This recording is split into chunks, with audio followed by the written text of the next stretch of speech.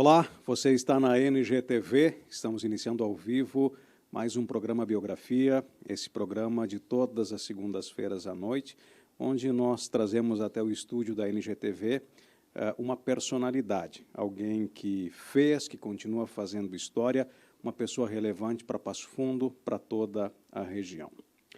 O meu convidado de hoje, ele é advogado criminalista, ele é escritor, é fundador do grupo Cavaleiros do Mercosul, foi vereador aqui na cidade de Passo Fundo, empresário, entre outras atribuições. Estou falando de Jabes Paim Bandeira, satisfação recebê-lo aqui no programa. Muito boa noite, muito bem-vindo aqui à NGTV. Boa noite, o prazer e a satisfação e a alegria é minha. Que bacana. Seu Jabes, passofundense de nascimento ou veio para cá de alguma forma e se enraizou em Passo Fundo? Eu nasci em Santiago do Boqueirão, mas me registraram em Passo Fundo. Meus pais estavam eventualmente por lá, meu pai estava trabalhando e eu nasci lá em Santiago e não quiseram que eu ficasse de peão de fazenda por lá, né? E aí trouxeram e me registraram aqui em Passo Fundo. É um crime de falsidade ideológica, mas já prescreveu. Começou, mas foi isso que foi esse crime que depois lhe induziu para ser advogado? Não, na verdade... Brincadeiras à parte. Né? Na verdade, uma vez um cidadão me perguntou, sabes, onde é que tu teve a vocação para ser advogado? Eu nunca tive a vocação, eu nasci advogado. Que bacana. A sua infância foi no interior? Não, foi na cidade. Né?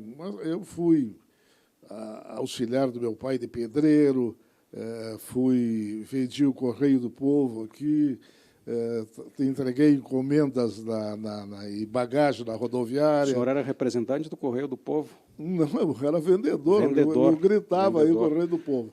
Aí me convidaram, meu tio convidou para ir para a rodoviária, para entregar balas e tal lá.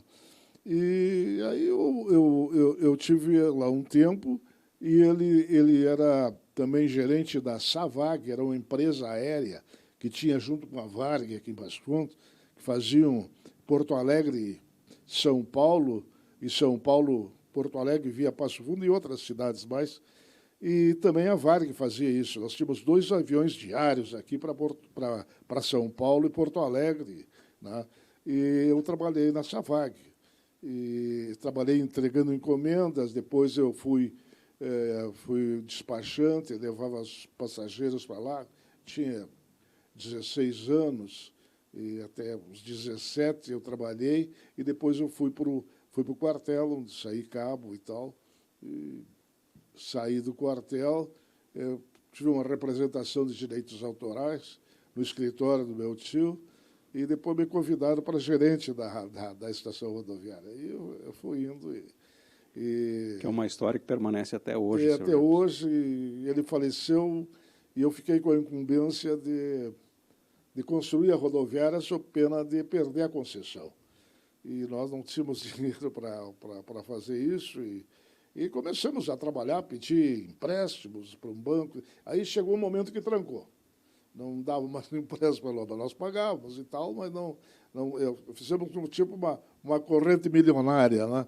E aí, então, eu tinha, na faculdade, eu tinha homenageado o Péricles de Freitas Druck, que era dono da Habitasul, Generê Internacional, e homenageei, contou as histórias, muito interessante para nós, e porque ele fez uma reportagem quando o Meneghetti disse pé no fundo, né? E o cara veio trazer aquela Passo Fundo. E aí não era a intenção, mas acabou por aí. Teve o governo aqui, vieram diversos repórteres, né, do Correio do Povo, era o porta-voz aí do Rio Grande, praticamente.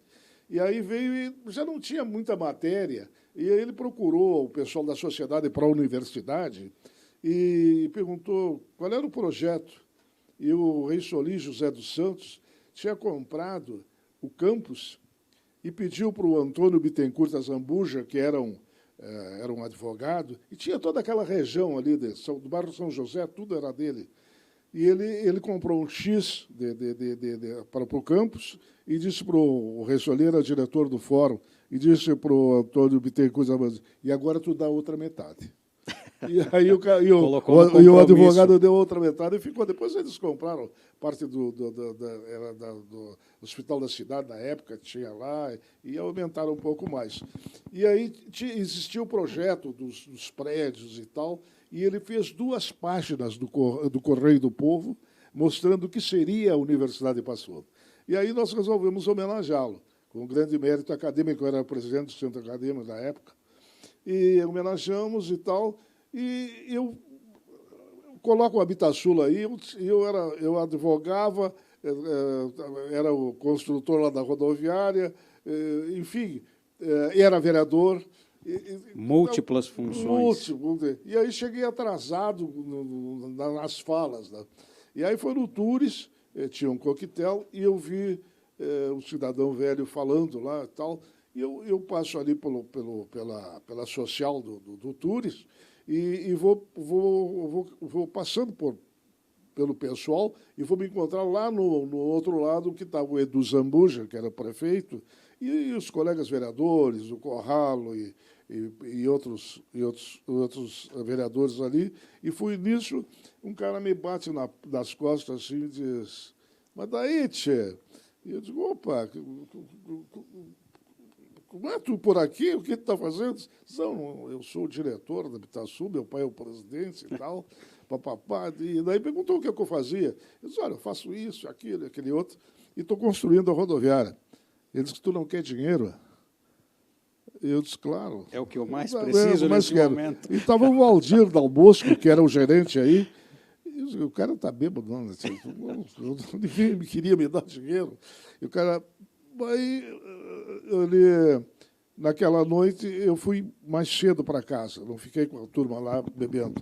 E ficou o Corralo com ele deixou a mulher no Tours e foi para um barzinho, o Jockey Club, que tinha ali, onde é o Santander agora, e ficou com o Corralo declamando para ele, ficou quase às 5 horas da manhã, aí o Corralo foi para casa, ele foi para o... E aí o Valdir, uma semana depois, me disse, vem cá, o chefe te oferece dinheiro e tu não quer? Você não estava bêbado? Não, é porque... Então, segunda-feira nós vamos para lá. Aí fomos para lá, na terça-feira, ele me disse, olha, chamou os caras lá e disse, olha, tem 30 dias para te arrumar esse negócio, porque vão me tirar esse dinheiro daqui. Aí eu, em 30 dias, porque era 1 milhão na época, aí conseguimos construir a rodoviária. Que bacana. Passaram o seu currículo hoje, seu Jabes, e eu já sabia, obviamente, de muita coisa, né, mas fiquei impressionado e sabendo que nós não teremos condição de abordar tudo aquilo que está lá no currículo, mas algumas coisas importantes da sua vida nós vamos falar, obviamente, nessa noite. E aí, a advocacia, seu Jabes, ela não... talvez seja o que esteja mais incrustado no senhor, né? Entre tantas coisas, né? A sua vida está muito atrelada a essa questão do direito. O que a advocacia representou para o senhor, tem representado até hoje? Ela me dá um campo de visão.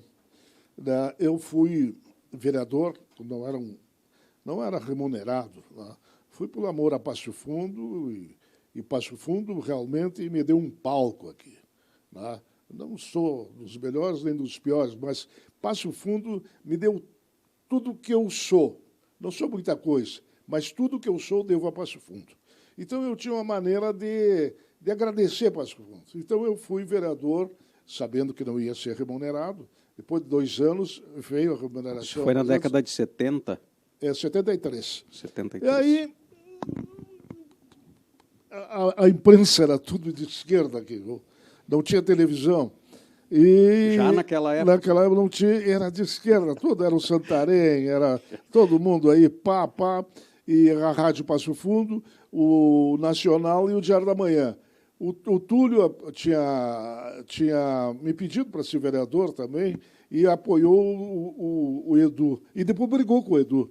E me procurou, disse, tu tem que, não pode ser mais líder do Edu, porque o Edu me fez isso, não botou o cara lá no hospital, formigueiro, ele queria botar no municipal, e tu tem que sair, tu não pode. Eu digo, não, eu tenho minha palavra é um tiro.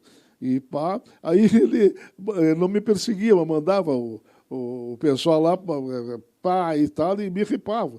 E eu defendi o Edu, né? Defendi o Edu, daí... Pega no pé do... Aí eles atacavam o Edu, eu defendi o Edu, eu era o líder do Edu e da bancada, e aí me crucificaram, né? Mais ou menos quando está acontecendo aí com o Bolsonaro. Mas eu acho que era até pior, porque era uma cidade pequena aqui e tal. E aí eu não consegui me reeleger.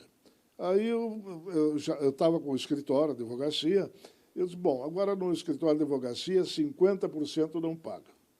E aparecer aqui pensão alimentícia, o que eu achar que é interessante para o bem da pessoa, eu vou fazer.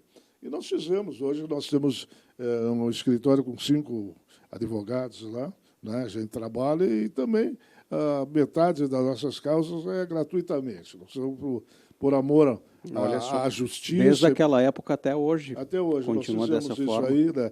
Agora, Parabéns. quem tem possibilidade, paga, né? Mas quem não tem, a gente faz e faz contrato de risco. Enfim, nós estamos aí para ajudar e para fazer, e continuamos fazendo. E agora, dia 8, nós vamos ter um júri também. E o júri é o nosso palco, né? É o salão vermelho lá do Tribunal do Júri. Um em especial, eu sei que foram vários, né? Mas o que mais lhe marcou enquanto advogado? O que mais me marcou, porque eu corri mais risco de vida, eu fui ameaçado e tal, foi o júri, 3 júris que aconteceram em Porto Alegre, em que foi o jurado era o Goodbey Castanheira, de Soledade. Ele era autor intelectual da morte do Júlio Serrano, né? E aí... Em Soledade foi isso. Em Soledade. Eu fui contratado para assistência da acusação, trocamos delegado, e tivemos na chefia de polícia, tivemos na Procuradoria de Justiça, e eu sei que trocamos o delegado e o Schenkel. O delegado Schenkel foi nomeado. E uma semana ele estava praticamente com todos eles presos. Né? E aí fomos para o júri. E eu, em seguida, era ameaçado por telefone, por fim. Né? Foi muito difícil, mas a gente conseguiu ultrapassar aquilo. E o júri, né, todo o Rio Grande, né, sabia disso aí, porque ele dava entrevista, e era bom advogado, o Goodbey. E ele dava entrevista e dizia que homem nenhum prendia ele. Aí o Goodbey, aí o Schenkel mandou ele saiu do banco e mandou uma inspetora prendê-lo. A mulher prendeu ele. Não foi o homem, mas ele seguiu com a palavra dele. Seu Jabes, o senhor trouxe um livro, que inclusive eu pedi para que o senhor mostre para a câmera, porque também faz parte dessa sua história enquanto advogado, né? Vou deixar para vocês aqui, não é? É um livro que faz, quando eu tive 50 anos de advocacia, hoje eu tenho 55, não é? Eu escrevi, não é? É um livro um pouco até didático, porque tem as histórias que eu trabalhei e histórias que eu conto, né? Uhum. Que eu ouvo para deixar mais elegante e mais didático o livro. Que bacana, porque também faz... também, muito obrigado. Muito obrigado. Eu agradeço aqui em nome da NGTV. Depois nós vamos nos dividir para consultar e ler esse material livro aí, quando você abrir o livro, tu vai ter um texto assim. Qual foi o primeiro crime da humanidade? Qual foi o primeiro crime? Caim e Abel? Então, a maioria das pessoas diz que foi o Caim e Abel. E eu digo ali, não foi o Caim e Abel, foi um estelionato. Não é que a Eva apresentou uma fruta chamada maçã, que não era maçã. Essa é espetacular. E aí nós fomos expulsos do paraíso. Do paraíso e não comemos a tal maçã, não é? Então, foi... E aí houve a primeira função do oficial de justiça, quando Deus determinou que expulsasse eles do paraíso. Espetacular. Não aconteceu. Espetacular. Então, tu abre o livro, tu começa a rir, e aí vai embora. Espetacular. Mas eu pedi para que o senhor mostrasse o livro, porque é uma outra situação sua, enquanto escritor também, né? Você tem algumas obras publicadas. Eu tenho umas 8 obras publicadas. Escrever lhe proporciona também prazeroso? A primeira eu escrevi muito poesia, componho muita poesia. E eu não queria ser o meu primeiro livro poesia. Aí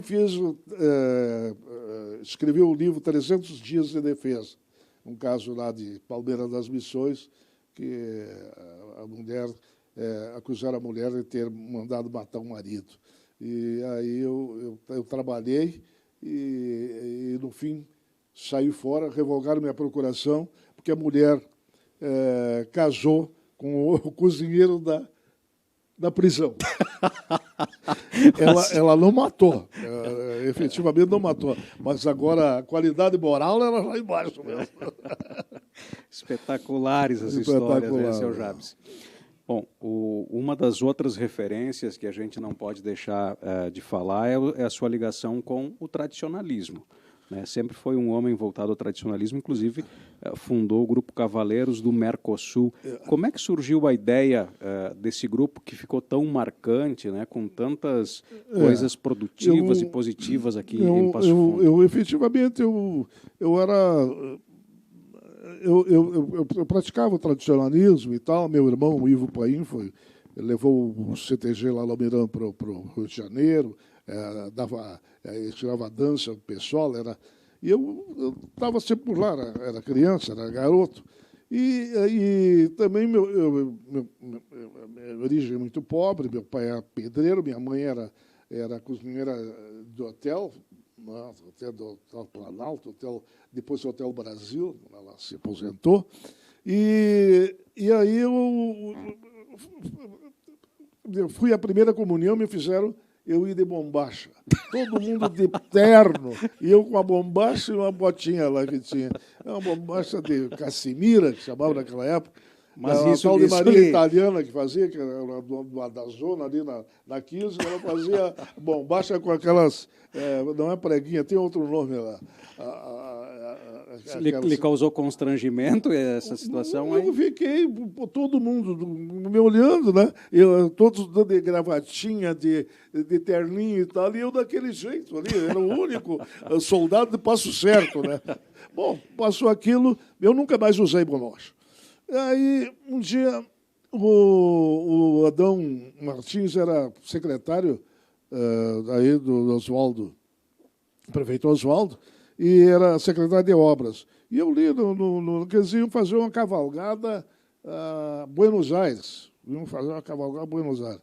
E aí ele e um outro maluco lá.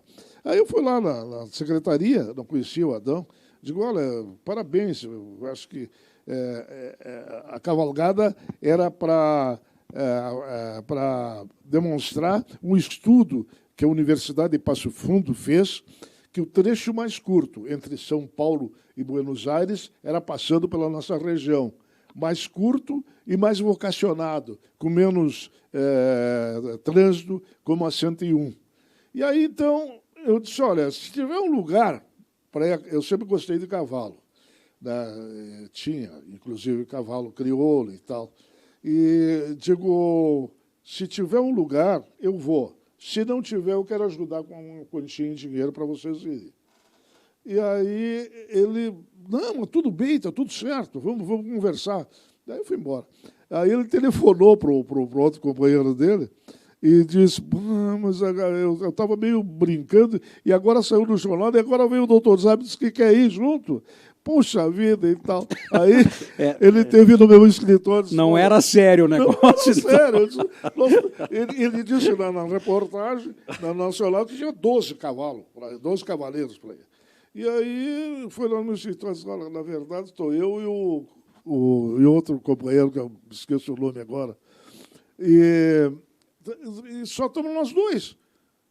Digo, não, então vamos fazer uma reunião lá na minha chácara, num sábado, e aí começamos a buscar gente. para fazer a tal E aí, realmente, fizemos Passo Fundo, Buenos Aires, 30 dias, em 1995, né? 30 dias a cavalo, 8 horas a cavalo por dia. Fizemos, treinamos aqui, fomos a Vacaria, na volta abrimos o rodeio de Vacaria, e foi indo aí. Digo, não, aí ganhou forma o grupo. Eu digo, não podemos deixar pela metade. Só, se é São Paulo a Buenos Aires, então vamos uma piapata de cavalo, esse estudo que a Universidade de Passo Fundo fez. Então, aí saiu muita gente do grupo e tal, inclusive o Adão saiu, e fiquei eu e mais 2, 3, o Cascano foi junto, o Cascano tinha 12 anos, no Uruguai ele completou 12 anos. E aguentou firme, ó. Aguentou firme, cavalgou como gente grande. E daí fomos a São Paulo. E aí depois eu digo, vou fazer o Chile. Então fomos a Vinha del Mar. Então, o Cassiano, temos mais ou menos 12 mil quilômetros a cavalo. Você veja, o Brasil tem, a costa brasileira tem 8 mil quilômetros, só para você ter ideia que nós temos. Né? Então, hoje eu fiz uma cirurgia, graças a andar muito a cavalo aí. A minha coluna foi terrivelmente afetada, tive que fazer uma cirurgia, agora estou me recuperando, graças a Deus, e saiu muito bem dessa cirurgia. E, casualmente, né, o do Rei Soli, que criou essa universidade, o neto dele que me fez a cirurgia. Olha só como as coisas elas acabam se integrando, né, nesse aspecto. Agora, o Grupo Cavaleiros do Mercosul ele foi criado com essa intenção de percorrer... Não, eles primeiro eram um bando, né? Daí eu digo, não, vamos botar a ordem nisso aqui. Aí fizemos com um bando, com o nome Cavaleiros do Mercosul, e na volta a gente compôs o estatuto direitinho, com uma entidade jurídica, Cavaleiros do Mercosul. Daí fizemos as cavalgadas que tinha que fazer. Chegou um momento que não tinha onde nós cavalgar mais, e mesmo era muito penoso. Quando nós fomos de Curitiba a São Paulo, um caminhão bateu num cavaleiro lá, atirou ele no asfalto e o cavalo caiu lá e caminhão, a sorte que o cara era jovem, aí ele levantou e, se fosse eu, o caminhão tinha me pego. Eu disse, puxa, trouxe essa aventura aqui a São Paulo. Aí a gente ainda fez alguns outros e não tinha. Aí eu fui a Pulador, a cavalo, com os Cavaleiros do Mercosul, e o pessoal de Carazinho trouxeram uns historiadores, contando a história da Revolução Federalista.